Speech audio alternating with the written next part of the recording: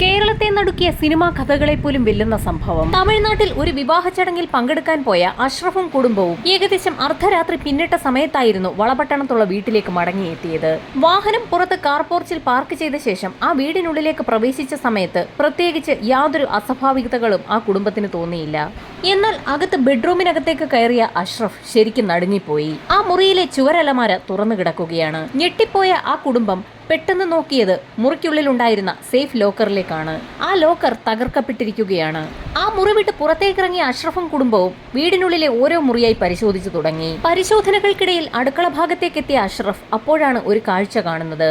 അടുക്കള ഭാഗത്തെ ജനലിന്റെ ഗ്രില്ലുകൾ മുറിച്ച് നീക്കം ചെയ്തിരിക്കുന്നു.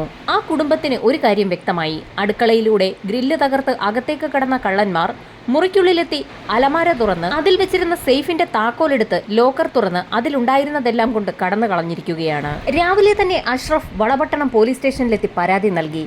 പരാതിയിൽ പറഞ്ഞിരിക്കുന്ന കാര്യങ്ങൾ വായിച്ച SI തീർത്തും അമ്പരന്നുപോയി. അതിന് കാരണം പരാതിയിൽ അഷ്റഫ് പറഞ്ഞിരിക്കുന്ന നഷ്ടമായ തുകയാണ്. സേഫിനുള്ളിൽ ഏകദേശം 1.5 കോടിയോളം രൂപയുണ്ടായിരുന്നു.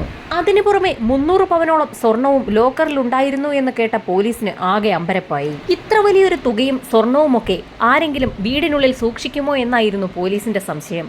പക്ഷേ അഷ്റഫിനെയും കുടുംബത്തെയും പോലീസിന് വളരെ നന്നായി അറിയാമായിരുന്നു.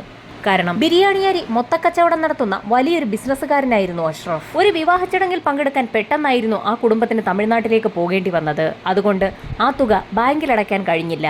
അങ്ങനെ ഒരു സാഹചര്യം ഉണ്ടായതുകൊണ്ടാണ് അത്രയും വലിയൊരു തുക വീടിനുള്ളിലെ സേഫ് ലോക്കറിൽ അഷ്റഫിന് വെക്കേണ്ടി വന്നത്. പരാതി ഫയലിൽ സ്വീകരിച്ച പോലീസ് സംഘം അഷ്റഫിനൊപ്പം അയാളുടെ വീട്ടിലേക്ക് എത്തി. അപ്പോഴേക്കും വിവരമറിഞ്ഞ് ആ പ്രദേശമാകെ ജനങ്ങളെ കൊണ്ട് നിറഞ്ഞിരുന്നു.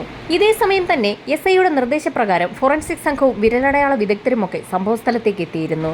വീടിനകത്തും പുറത്തുമൊക്കെ എന്തെങ്കിലും തെളിവുകൾ ലഭിക്കുമോ എന്നറിയുന്നതിനായി വിശദമായൊരു തിരച്ചിൽ തന്നെ പോലീസ് സംഘം നടത്തി. ഇതിനിടയിലാണ് ആ വീടിന് ചുറ്റും 7 CCTV ക്യാമറകൾ ഉള്ള കാര്യം പോലീസിന്റെ ശ്രദ്ധയിൽപ്പെടുന്നത്. CCTV ക്യാമറകളിലുള്ള വിഷ്വലുകൾ ആ നിമിഷം തന്നെ പോലീസ് സംഘം ശേഖരിച്ചു തുടങ്ങി.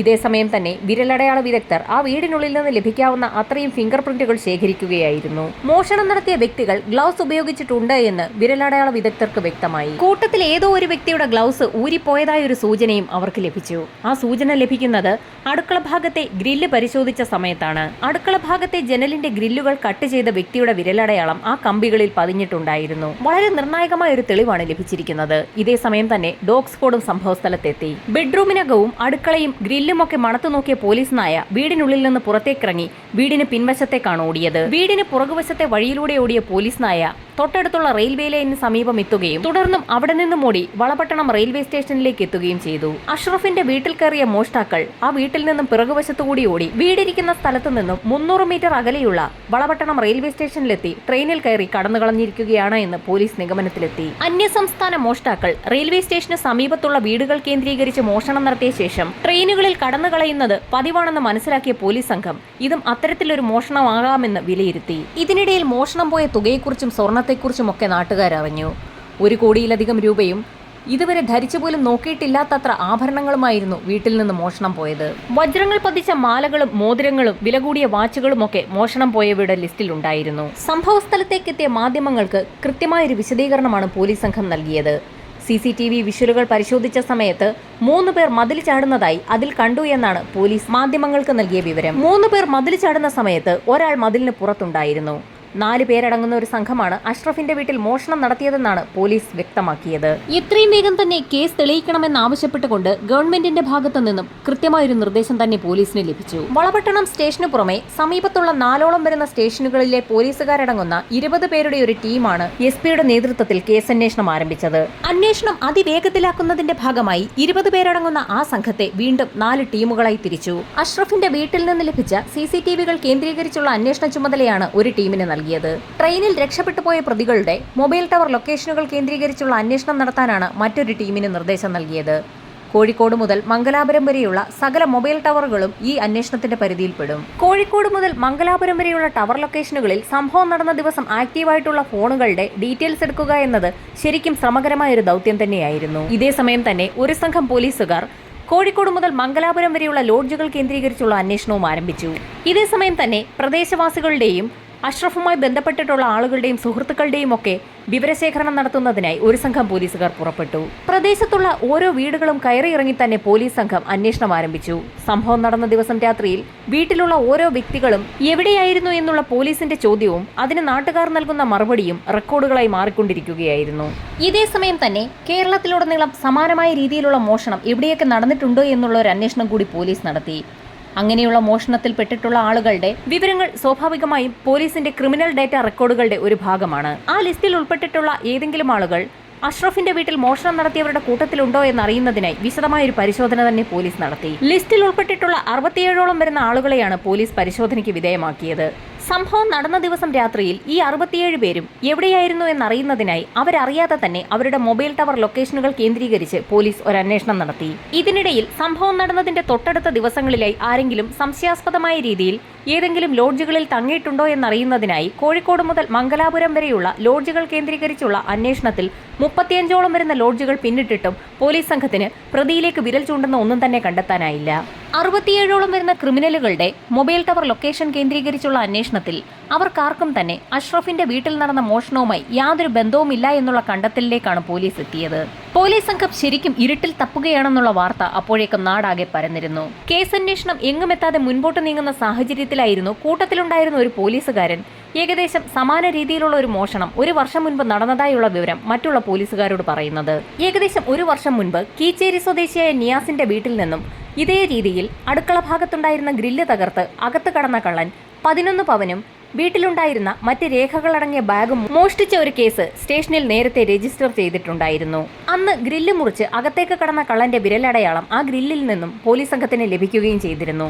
എന്നാൽ പോലീസ് ലിസ്റ്റിൽ ഉണ്ടായിരുന്ന ക്രിമിനൽസിന്റെ ഒന്നും തന്നെ ഫിംഗർ പ്രിന്റുകളുമായി അന്ന് ലഭിച്ച വിരലടയാളം മാച്ച് ചെയ്തിരുന്നില്ല. കീച്ചേരിയിൽ ഉണ്ടായതിന് സമാനമായ ഒരു മോഷണമാണ് അഷ്റഫിന്റെ വീട്ടിലും നടന്നിരിക്കുന്നത്. അതുകൊണ്ട് തന്നെ അന്നത്തെ ആ ഫിംഗർ പ്രിന്റ് അഷ്റഫിന്റെ വീട്ടിലെ അടുക്കളയുടെ ഭാഗത്തെ ജനലിൽ നിന്ന് ലഭിച്ചിരിക്കുന്ന ഫിംഗർ പ്രിന്റുമായി ഒന്ന് മാച്ച് ചെയ്ത് നോക്കാൻ പോലീസ് തീരുമാനിച്ചു. വിരലടയാള വിദഗ്ധർ ഫിംഗർ പ്രിന്റുകൾ മാച്ച് ചെയ്തതിനു ശേഷം ഞെട്ടിക്കുന്ന ഒരു റിപ്പോർട്ടാണ് പോലീസിന് കൈമാറിയത്. കീച്ചേരിയിലെ വീട്ടിൽ കയറിയ കള്ളന്റെ അതേ വിരലടയാളം തന്നെയാണ് അഷ്റഫിന്റെ വീട്ടിൽ കയറിയ കള്ളന്റേതും. കള്ളൻ ഒരാൾ തന്നെയെന്ന് മനസ്സിലാക്കിയ പോലീസ് സംഘം നേരത്തെ കീച്ചേരിയിൽ മോഷണം നടന്ന നിയാസിന്റെ വീട്ടിൽ ഒരു പരിശോധനയ്ക്കായി എത്തി. അന്ന് ലഭിക്കാത്ത എന്തെങ്കിലും തെളിവുകൾ ഇപ്പോൾ ലഭിക്കുമോ എന്നൊന്നറിയുന്നതിനു വേണ്ടിയായിരുന്നു അവിടെ ഒരു അന്വേഷണം നടത്താൻ പോലീസ് സംഘം തീരുമാനിച്ചത്. കീച്ചേരിയിലുള്ള ആ വീട്ടുകാരോട് 1 വർഷം മുൻപ് നടന്ന മോഷണത്തെക്കുറിച്ച് പോലീസ് ഒന്നുകൂടി ഒരു വിവരശേഖരണം നടത്തി. അപ്പോഴാണ് ചില നിർണായക വിവരങ്ങൾ പോലീസിന് ലഭിക്കുന്നത്. മോഷണം നടക്കുന്നതിന് ഏതാനും ദിവസങ്ങൾക്ക് മുൻപ് ആ വീടിന് മുകൾ ഭാഗത്ത് കുറേയിട ഷീറ്റിട്ടിരുന്നു. ഷീറ്റിന്റെ പണി പൂർത്തിയായതിന്റെ തൊട്ടടുത്ത ദിവസമായിരുന്നു ആ വീട്ടിൽ മോഷണം നടന്നത്. നിയാസിന്റെ വീട്ടിൽ ഷീറ്റിന്റെ പണി നടത്തിയ ആളുകളെയൊക്കെ കേന്ദ്രീകരിച്ച് ഒരു അന്വേഷണം നടത്താമെന്ന് പോലീസ് തീരുമാനിച്ചു. അവരെക്കുറിച്ചുള്ള വിവരങ്ങൾ നിയാസിന്റെ വീട്ടിൽ നിന്ന് മനസ്സിലാക്കിയ പോലീസ് സംഘം അവരെ ഓരോരുത്തരെയായി കണ്ട് കിട്ടാവുന്നത്ര വിവരങ്ങൾ ശേഖരിക്കാനായിരുന്നു തീരുമാനിച്ചത്. ഇതേ സമയം തന്നെ മോഷണം നടന്ന ദിവസത്തെ നിയാസിന്റെ വീട്ടിലെ CCTVകൾ കേന്ദ്രീകരിച്ച് വിശദമായി തന്നെ ഒരു അന്വേഷണം കൂടി പോലീസ് നടത്തി. ആ CCTV വിഷ്വലുകൾ വീണ്ടും ചെക്ക് ചെയ്ത പോലീസുകാർക്ക് നിയാസിന്റെ വീട്ടിൽ മോഷണം നടന്ന സമയത്ത് ഗ്ലൗസ് ധരിച്ച ഒരു വ്യക്തി മോഷണം നടന്ന സമയത്ത് നിയാസിന്റെ വീട്ടുപരിസരത്തുണ്ടായിരുന്നു എന്നുള്ള കാര്യം വ്യക്തമായി. ഇതേ സമയം തന്നെ അഷ്റഫിന്റെ വീട്ടിലെ CCTV വിഷ്വൽസും പോലീസ് വിശദമായി തന്നെ ചെക്ക് ചെയ്തു നോക്കി. അഷ്റഫിന്റെ വീട്ടിൽ 7 CCTV ക്യാമറകളായിരുന്നു സ്ഥാപിച്ചിട്ടുള്ളത്. മോഷണം നടത്തിയ വ്യക്തികൾ ആ ക്യാമറകളൊക്കെ തിരിച്ച് മറ്റൊരു ദിശയിലേക്ക് വെച്ചിരിക്കുകയായിരുന്നു. അടുക്കള വശത്തുണ്ടായിരുന്ന ഒരു CCTVയുടെ ദൃശ്യങ്ങളിൽ നിന്നാണ് 3 പേർ നടന്നു പോകുന്നതായി തോന്നിക്കുന്ന രീതിയിലുള്ള ചില വിഷ്വലുകൾ പോലീസിന് ലഭിച്ചത്. മറ്റുള്ള 6 CCTV ക്യാമറകളും മോഷ്ടാക്കൾ അവരുടെ മുഖം പതിയാതിരിക്കുന്നതിനായി എതിർവശത്തേക്ക് തിരിച്ചു വെച്ചിരിക്കുകയായിരുന്നു. എന്നിട്ടും ആ വിഷ്വലുകളൊക്കെ പോലീസ് ചെക്ക് ചെയ്തു. ഈ സമയത്താണ് നിർണായകമായ ഒരു കാര്യം പോലീസിന്റെ കാഴ്ചയിൽപ്പെട്ടത്. ശരിക്കും ദൈവത്തിന്റെ അടയാളമെന്ന് തന്നെ പറയാം. ടെറസിന്റെ ഭാഗത്തുണ്ടായിരുന്ന CCTV അബദ്ധത്തിൽ മോഷ്ടാവ് തിരിച്ചു വെച്ചത് അഷ്റഫിന്റെ ബെഡ്റൂമിന്റെ ഭാഗത്തേക്കായിരുന്നു. ബെഡ്റൂമിൽ കയറിയ കള്ളൻ അല്ലെങ്കിൽ കള്ളന്മാരിൽ ഒരാൾ ജനലിന്റെ ഭാഗത്തുണ്ടായിരുന്ന കർട്ടൻ ഒരൽപ്പം മാറ്റിയിട്ടുണ്ട്. കർട്ടൻ മാറ്റിയ ഭാഗത്തൂടെ മുഖംമൂടി ധരിച്ച കഷണ്ടിയായ ഒരു വ്യക്തിയാണ് ബെഡ്റൂമിനുള്ളിൽ മോഷണം നടത്തുന്നതെന്ന് വ്യക്തമായി. ആ സമയത്ത് അയാൾ ആ കർട്ടൻ മാറ്റിയില്ലായിരുന്നെങ്കിൽ ഒരുപക്ഷെ CCTVയിൽ അയാളുടെ മുഖം പതിയില്ലായിരുന്നു. ദൃശ്യങ്ങളിൽ നിന്നും അയാൾ ധരിച്ചിരിക്കുന്ന വസ്ത്രവും പോലീസ് സസൂക്ഷ്മം നിരീക്ഷിച്ചു. ഈ സമയത്തും പോലീസ് സംഘം മാധ്യമങ്ങൾക്ക് നൽകിയിരുന്ന വിവരം ഒന്നിലധികം പേർ ചേർന്ന് നടത്തിയ മോഷണമാണിതെന്നായിരുന്നു. എന്നാൽ പോലീസ് സംഘത്തിന് യഥാർത്ഥത്തിൽ ലഭിച്ചിരുന്നത് ഒരേ ഒരു വ്യക്തിയുടെ വിരലടയാളവും ഒരാളുടെ CCTV ദൃശ്യവുമാണ്. CCTVകൾ കേന്ദ്രീകരിച്ചുള്ള അന്വേഷണം പുരോഗമിക്കുന്നതിനിടയിലാണ് കീച്ചേരിയിൽ മോഷണം നടന്ന നിയാസിന്റെ വീട്ടിൽ നിന്നും അയാളുടെ വീടിന്റെ മേൽക്കൂര നിർമ്മിച്ച ആളുകളെക്കുറിച്ചുള്ള പൂർണ്ണമായ വിവരം പോലീസിന് ലഭിക്കുന്നത്. അതിൽ ഒരാളുടെ അഡ്രസ് വളപട്ടണത്ത് തന്നെയായിരുന്നു. ആദ്യം അയാളെ തന്നെ കണ്ട് വിവരങ്ങൾ തിരക്കാമെന്ന് തീരുമാനിച്ച പോലീസ് സംഘം ആ വീട്ടിലേക്ക് പോയി. അഷ്റഫിന്റെ വീട്ടിൽ നിന്നും റെയിൽവേ ലൈനിലേക്ക് പോകുന്ന വഴിയിൽ അഷ്റഫിന്റെ വീടിന്റെ പുറകിലായി രണ്ടാമത്തെ വീടാണ് ആ വ്യക്തിയുടേത്. ചോദ്യം ചെയ്യലിന്റെ ഭാഗമായി നേരത്തെ തന്നെ പോലീസ് സംഘം ആ വീട്ടിലും എത്തിയിട്ടുണ്ടായിരുന്നു. വീണ്ടും പോലീസ് സംഘം എന്തുകൊണ്ടാകാം അങ്ങോട്ടേക്ക് എത്തുന്നതെന്ന് വീട്ടിലുള്ളവർ കരുതി. അത് വെൽഡിംഗ് വർക്കൊക്കെ നടത്തുന്ന ലിജേഷ് എന്ന വ്യക്തിയുടെ വീടായിരുന്നു. പോലീസ് അയാളെ വിശദമായി തന്നെ ചോദ്യം ചെയ്തു. കീച്ചേരിയിലുള്ള നിയാസിന്റെ വീടിന്റെ മേൽക്കൂര താൻ തന്നെയാണ് വെൽഡ് ചെയ്തതെന്ന് അയാൾ പോലീസിനോട് പറഞ്ഞു. കൂടുതൽ ചോദ്യം ചെയ്യലിന്റെ ഭാഗമായി ഒന്ന് സ്റ്റേഷൻ വരെ വരണമെന്ന് SI ആവശ്യപ്പെട്ടതിനെ തുടർന്ന് ലിജേഷും അവർക്കൊപ്പം പോലീസ് സ്റ്റേഷനിലേക്ക് പോയി. ബിൽഡിംഗ് വർക്ക് ആയതുകൊണ്ട് തന്നെ വീടുകളുടെയൊക്കെ ഗ്രില്ലൊക്കെ വളരെ വേഗത്തിൽ മുറിക്കാൻ ലിജേഷിന് കഴിയുമായിരിക്കുമല്ലോ എന്ന് SI ലിജേഷിനോട് ചോദിച്ചു. താനൊരു വെൽഡർ ആയതുകൊണ്ട് തന്നെ അതൊക്കെ അതിവേഗം ചെയ്യാൻ സാധിക്കുമെന്ന് അയാൾ പോലീസിന് മൊഴി നൽകി. ഒരു പതർച്ചയുമില്ലാതെയാണ് അന്വേഷണ സംഘത്തോട് ലിജേഷ് പെരുമാറിയത്. ഈ സമയത്തായിരുന്നു കണ്ണൂർ SP നിർണായകമായ ഒരു ചോദ്യം ലിജേഷിനോട് ചോദിക്കുന്നത്. നിയാസിന്റെ വീട്ടിലും അഷ്റഫിന്റെ വീട്ടിലും മോഷണം നടത്തിയത് ലിജേഷ് ആണെന്ന് തങ്ങൾക്ക് വ്യക്തമായ തെളിവ് കിട്ടിയെന്നും ഇനി ആ കുറ്റം താനങ്ങ് സമ്മതിച്ചാൽ മതിയെന്നുമായിരുന്നു SP പറഞ്ഞത്. ഇത് കേട്ട് ലിജേഷ് ആകെ അമ്പരന്നു. പകച്ചിരിക്കുന്ന ലിജേഷിന്റെ മുൻപിലോട്ട് പോലീസുകാർ തെളിവുകൾ ഓരോന്നായി നിരത്തി തുടങ്ങി. മോഷണം നടന്ന 2 വീടുകളിലെയും ഗ്രില്ലുകളിൽ നിന്ന് ഒരേ ഫിംഗർ പ്രിന്റുകളാണ് ലഭിച്ചിട്ടുള്ളതും അത് ലിജേഷിന്റേതാണെന്ന് തങ്ങൾക്ക് മനസ്സിലായെന്നും പോലീസ് പറഞ്ഞു. ഇതോടൊപ്പം തന്നെ CCTV വിഷ്വലുകളിൽ നിന്ന് അയാളുടെ രൂപം ഏകദേശം വ്യക്തമായിരുന്നു. മറ്റൊരു പ്രധാനപ്പെട്ട കാര്യം, ലിജേഷിന്റെ മൊബൈൽ ട്രാക്ക് ചെയ്ത സമയത്ത് സംഭവം നടന്ന ദിവസം അയാളുടെ മൊബൈൽ ഫോൺ ഫ്ലൈറ്റ് മോഡിലായിരുന്നു എന്നുള്ള കാര്യവും പോലീസ് കണ്ടെത്തി. അഷ്റഫിന്റെ വീട്ടിലെ ബെഡ്റൂമിൽ ലിജേഷ് നിൽക്കുന്ന വിഷ്വലുകൾ തങ്ങൾക്ക് ലഭിച്ചു എന്ന് പോലീസ് പറഞ്ഞത് കേട്ട ലിജേഷിന് ആകെ അമ്പരപ്പായിരുന്നു. ഇത് കണ്ട SP അയാളോട് മറ്റൊരു കാര്യം പറഞ്ഞു. ടെറസിന് പുറത്തുണ്ടായിരുന്ന CCTV ക്യാമറ ബെഡ്റൂമിനകത്തേക്ക് തിരിച്ചു വെച്ചതുകൊണ്ടാണ് ലിജേഷ് മുറിക്കുള്ളിൽ നിൽക്കുന്നത് വ്യക്തമായി തന്നെ ഒപ്പിയെടുക്കാൻ ക്യാമറയ്ക്ക് കഴിഞ്ഞതെന്നുകൂടി പോലീസ് കൂട്ടിച്ചേർത്തപ്പോൾ ലിജേഷിന് ആകെ ഞെട്ടലായിരുന്നു. പോലീസ് സംഘം നിരവധി തെളിവുകൾ നിരത്തിയിട്ടും ലിജേഷിന് യാതൊരു കുലുക്കവുമില്ലായിരുന്നു. ഏകദേശം 12 മണിക്കൂറോളം അയാൾ പോലീസ് സ്റ്റേഷനിൽ പിടിച്ചു നിന്നു. നിൽക്കക്കള്ളിയില്ലാതെ വന്നപ്പോൾ ലിജേഷ് പല കാര്യങ്ങളും പറഞ്ഞു തുടങ്ങി. മോഷണം നടത്തിയത് താനാണെന്ന് ലിജേഷ് സമ്മതിച്ചു. അതോടുകൂടി പോലീസിന്റെ ജോലി വളരെ വേഗത്തിലായി. തെളിവെടുപ്പിനായി പോലീസ് സംഘം ലിജേഷിനെയും കൂട്ടി അഷ്റഫിന്റെ വീട്ടിലെത്തി. അഷ്റഫിന്റെ വീടിന് തൊട്ടടുത്ത് താമസിക്കുന്ന ലിജേഷുമായി പോലീസ് സംഘം തെളിവെടുപ്പിന് അഷ്റഫിന്റെ വീട്ടിലേക്കെത്തിയത് നാട്ടുകാരെയും ആ കുടുംബത്തെയും ഒന്നടങ്കം ഞെട്ടിച്ചു. സംഭവം നടന്ന വീട്ടിലെ തെളിവെടുപ്പ് പൂർത്തിയാക്കിയ ശേഷം ലിജേഷുമായി പോലീസ് സംഘം ലിജേഷിന്റെ തന്നെ വീട്ടിലേക്കെത്തി. പോലീസ് സംഘത്തിനൊപ്പം ലിജേഷ് വീട്ടിലേക്കെത്തുന്നത് അമ്പരപ്പോടുകൂടിയാണ് അയാളുടെ വീട്ടുകാർ നോക്കിക്കണ്ടത്. ആ സംഘം നേരെ പോയത് ലിജേഷിന്റെ ബെഡ്റൂമിലേക്കാണ്. പോലീസിന്റെ സാന്നിധ്യത്തിൽ തന്നെ ലിജേഷ് തന്റെ കട്ടിലിന്റെ മുകൾ ഭാഗം ഒന്നിളക്കി മാറ്റി. അതിനു താഴെ വിശാലമായ ഒരു അറയുള്ള കാര്യം ആ വീട്ടുകാർക്ക് പോലും അറിയില്ലായിരുന്നു. ആ അറയ്ക്കുള്ളിലേക്ക് നോക്കിയ പോലീസ് സംഘത്തിന് പുറമെ വീട്ടുകാരും അമ്പരന്നു പോയി. നോട്ടുകെട്ടുകൾ അടുക്കി വെച്ചിരിക്കുകയാണ്. അതിനു പുറമെ വിവിധ രീതിയിലുള്ള ആഭരണങ്ങളുടെ വലിയൊരു ശേഖരവും ഉണ്ടായിരുന്നു. അപ്പോഴേക്കും വാർത്ത കാട്ടുതീ പോലെ പരന്നിരുന്നു. വിവരമറിഞ്ഞ് നാട്ടുകാരുടെ വലിയൊരു തെള്ളിക്കയറ്റം തന്നെ ആ വീടിന് മുറ്റത്തുണ്ടായി. വിവരമറിഞ്ഞ് അഷ്റഫും കുടുംബവും ലിജേഷിന്റെ വീട്ടിലേക്കെത്തി. ലിജേഷിന്റെ വീട്ടിൽ വെച്ച് തന്നെ അവരുടെ ആഭരണങ്ങളൊക്കെ അഷ്റഫും കുടുംബവും തിരിച്ചറിഞ്ഞു. കീച്ചേരിയിലുള്ള നിയാസിന്റെ വീട്ടിൽ മോഷണം നടത്തി 1 വർഷത്തിന് ശേഷമാണ് അഷ്റഫിന്റെ വീട്ടിൽ ലിജേഷ് മോഷണം നടത്തുന്നത്. യാദൃശ്ചികവശാലായിരുന്നു അഷ്റഫും കുടുംബവും തമിഴ്നാട്ടിൽ വിവാഹ ചടങ്ങിൽ പങ്കെടുക്കാൻ പോകുന്ന വിവരം ലിജേഷ് അറിഞ്ഞത്. ആ വിവരമറിഞ്ഞ അയാൾ ആ വീട്ടിൽ മോഷണം നടത്താൻ തീരുമാനിക്കുകയായിരുന്നു. അഷ്റഫും കുടുംബവും തമിഴ്നാട്ടിലേക്ക് പോയ ദിവസം രാത്രിയിൽ ആരുമറിയാതെ ആ വീടിന്റെ മതിൽ ചാടിക്കടന്ന് അകത്ത് കയറിയ ലിജേഷ് അഷ്റഫിന്റെ വീടിന്റെ അടുക്കള ഭാഗത്തുള്ള ജനലിന്റെ ഗ്രില്ല് മുറിച്ചു മാറ്റിയ ശേഷമായിരുന്നു അകത്തേക്ക് കടന്നത്. CCTVകളിൽ തന്റെ ദൃശ്യം പതിയാതിരിക്കാൻ വേണ്ടിയായിരുന്നു അവ ഓരോന്നും ലിജേഷ് തിരിച്ചു വെച്ചത്. അബദ്ധവശാൽ ടെറസിന് മുകളിലുണ്ടായിരുന്ന ക്യാമറ ലിജേഷ് തിരിച്ചു വെച്ചത് ലോക്കറുള്ള ബെഡ്റൂമിന്റെ ഭാഗത്തേക്കായി പോയി. സേഫ് ലോക്കറുകൾ ഉണ്ടാക്കി പരിചയം കൂടിയുള്ള വ്യക്തിയായതുകൊണ്ട് തന്നെ ലിജേഷിന് ആ സേഫ് ലോക്കറുകൾ തകർക്കുന്നതിന് യാതൊരു ബുദ്ധിമുട്ടും ഉണ്ടായില്ല. അഷ്റഫിന്റെ വീട്ടിൽ നിന്ന് മോഷ്ടിച്ച സ്വർണവും പണവും ഒക്കെ ഒരു ചാക്കിനുള്ളിലാക്കി ലിജേഷ് തന്റെ വീട്ടിലെത്തി ചായ്പിനുള്ളിലാണ് സൂക്ഷിച്ചത്. അഷ്റഫും കുടുംബവും തമിഴ്നാട്ടിൽ നിന്ന് മടങ്ങി വരാത്ത സാഹചര്യത്തിൽ തൊട്ടടുത്ത ദിവസം രാത്രിയിലും ലിജേഷ് ചാക്കുമായി എത്തി ബാക്കിയുണ്ടായിരുന്ന സ്വർണവും പണവും കൂടി അവിടെ നിന്ന് കടത്തിക്കൊണ്ടുപോയി. ഈ സമയത്ത് ലിജേഷ് അറിയാതെ അയാളുടെ കൈവശമുണ്ടായിരുന്ന ഒരു ഉളി ആ വീടിനുള്ളിൽ മിസ്സാവുകയും ചെയ്തു. അതൊരു തെളിവായി അഷ്റഫിന്റെ വീടിനുള്ളിൽ നടത്തിയ പരിശോധനയിൽ പോലീസ് സംഘം കണ്ടെടുക്കുകയും ചെയ്തു. അതിലുണ്ടായിരുന്ന ഫിംഗർ പ്രിന്റുകളും ലിജേഷിന്റേത് തന്നെയെന്ന് തെളിഞ്ഞു. അന്വേഷണത്തിന്റെ ആദ്യഘട്ടത്തിൽ തന്നെ മോഷ്ടാവ് ഒരേ ഒരു വ്യക്തി തന്നെയാണെന്ന് പോലീസിന് ഉറപ്പായിരുന്നു.